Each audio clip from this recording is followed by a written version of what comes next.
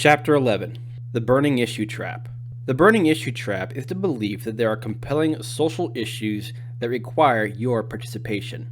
There are always numerous issues before the public, competing for your attention, your concern, your time, and energy. When you view an issue by itself, it can seem very compelling. You can feel that it can't be ignored and that you must do something about it. If you become aware of something evil and dangerous, it can seem that you are compelled to work socially to correct it and eliminate the evil. But if you stand back and look at the whole spectrum of social issues that clamor for your attention, you get a different perspective. Let's identify some of the many issues that writers, politicians, and crusaders have told us are do or die, must be taken care of right now matters. During recent years, they've included such things as pollution, civil rights, overpopulation, drugs, conservation, communism, consumerism, women's liberation, poverty, organized crime, law and order, disappearance of animal species, the sexual revolution, government solvency, pornography, educational problems, mental illness, privacy, high taxes, the Vietnam War, campus riots, the military-industrial complex, police brutality, and disarmament. Thus, perhaps, a dozen more I've overlooked, plus a few more that would have become issues since I wrote this. All these issues are presented as matters commanding your attention and participation, but how could you possibly become involved in all of them? And if you could, what would become of your freedom? How can you be free when you are burdened with a responsibility to right the world's wrongs? You can enslave yourself by assuming a responsibility to observe, judge, and correct any social problems, for the problems will continue indefinitely. They will never be resolved to anyone's satisfaction. The demands upon your time, energy, and money can never cease. Look back over the past 25 years. Can you think of a single social issue of the magnitude and popularity of those just listed above that have been successfully resolved? Has any desperate social need been satisfied? And has the world stopped because of the failures? At the outset of most campaigns, the organizers assume that a given effort will solve the problem once and for all. Just educate enough people, get enough petitions signed, pass a certain law, and the issue will be resolved, and we can go back to our private lives. But once people are educated, they have to be re-educated.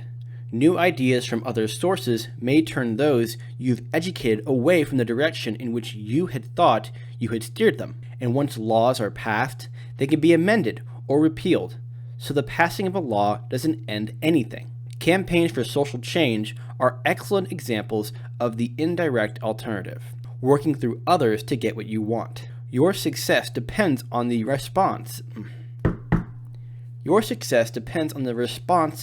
of literally thousands of people, if not millions. Your control over the situation is minute.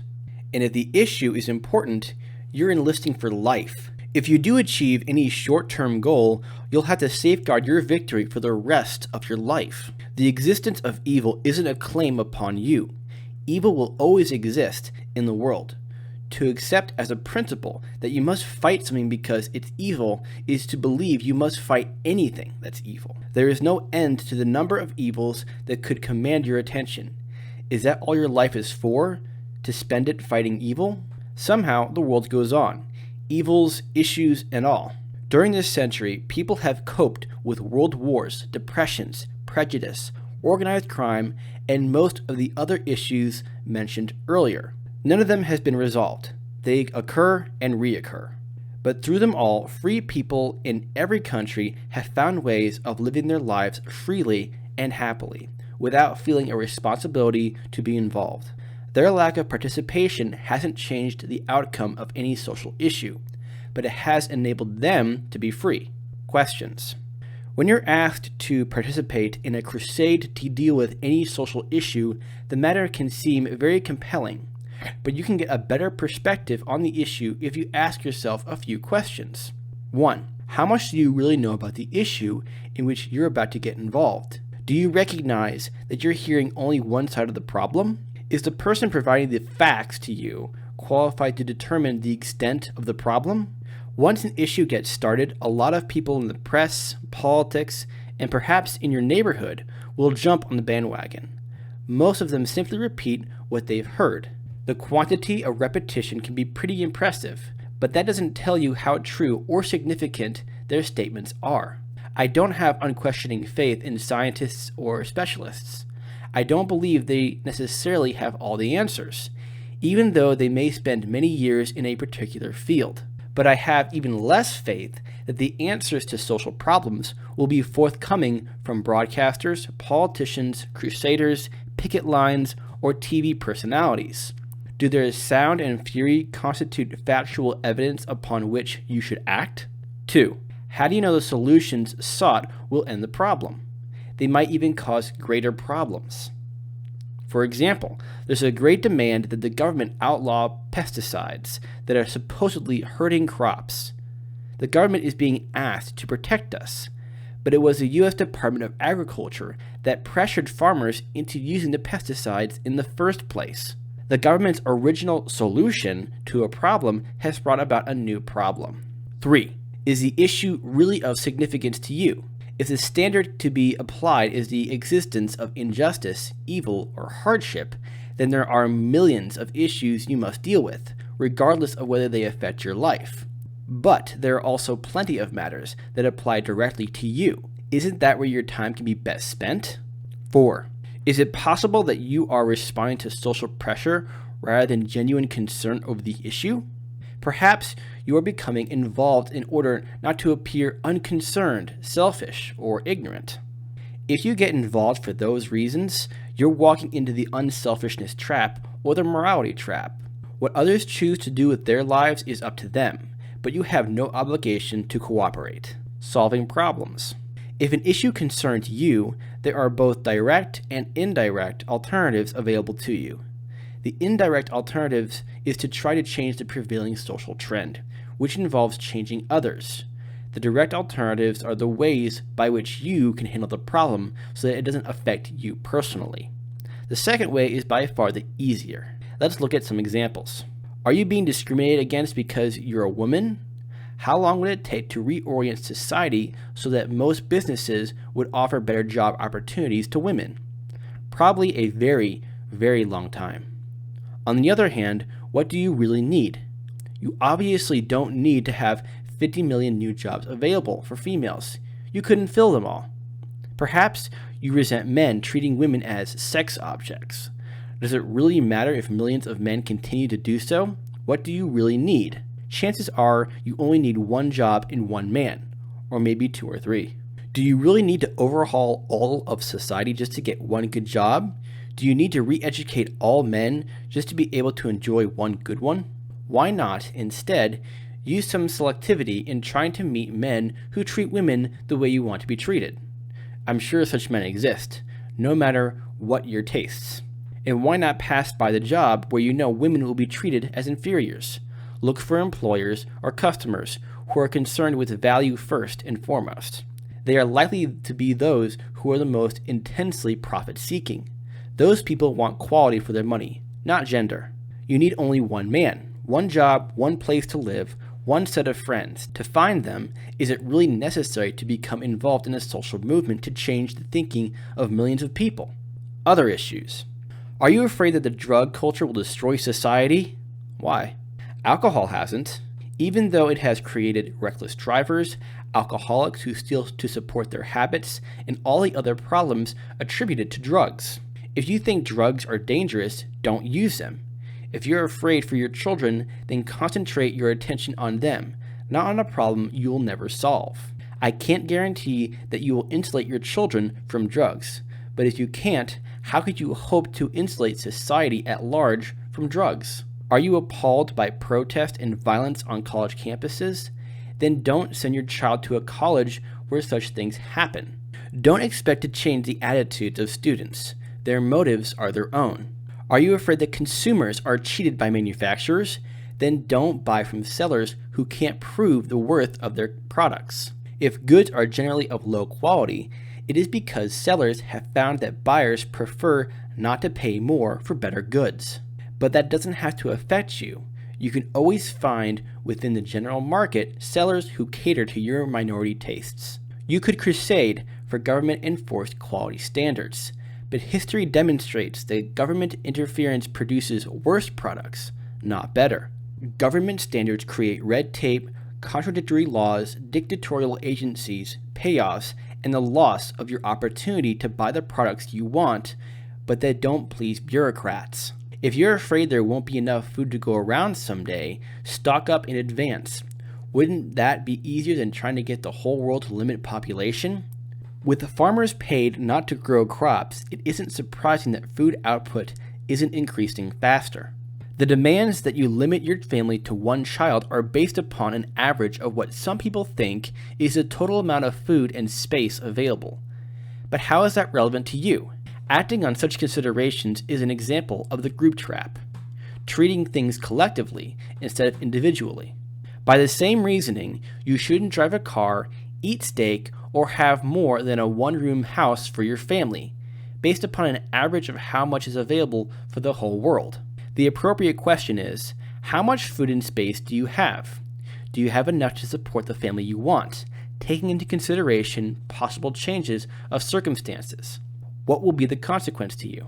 If you're concerned about the depletion of natural resources, move to an area where they still exist and buy property that you can preserve the way you want it. If you don't want to live there, are you sure the issue is important to you? And if you do want to live there, the cost of property would be less than the cost of trying to change the thinking of the whole country regarding such things. The entire issue of conservation has always seemed to be a strange one for me. I have never been able to figure out for whom we are saving the irreplaceable resources. If we aren't allowed to use them, then the next generation shouldn't use them either, nor the one after that. As certain resources are depleted, others are brought into use.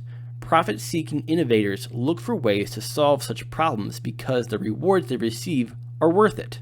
When attempts are made to hold back that evolution, people can wind up paying more for what they value less.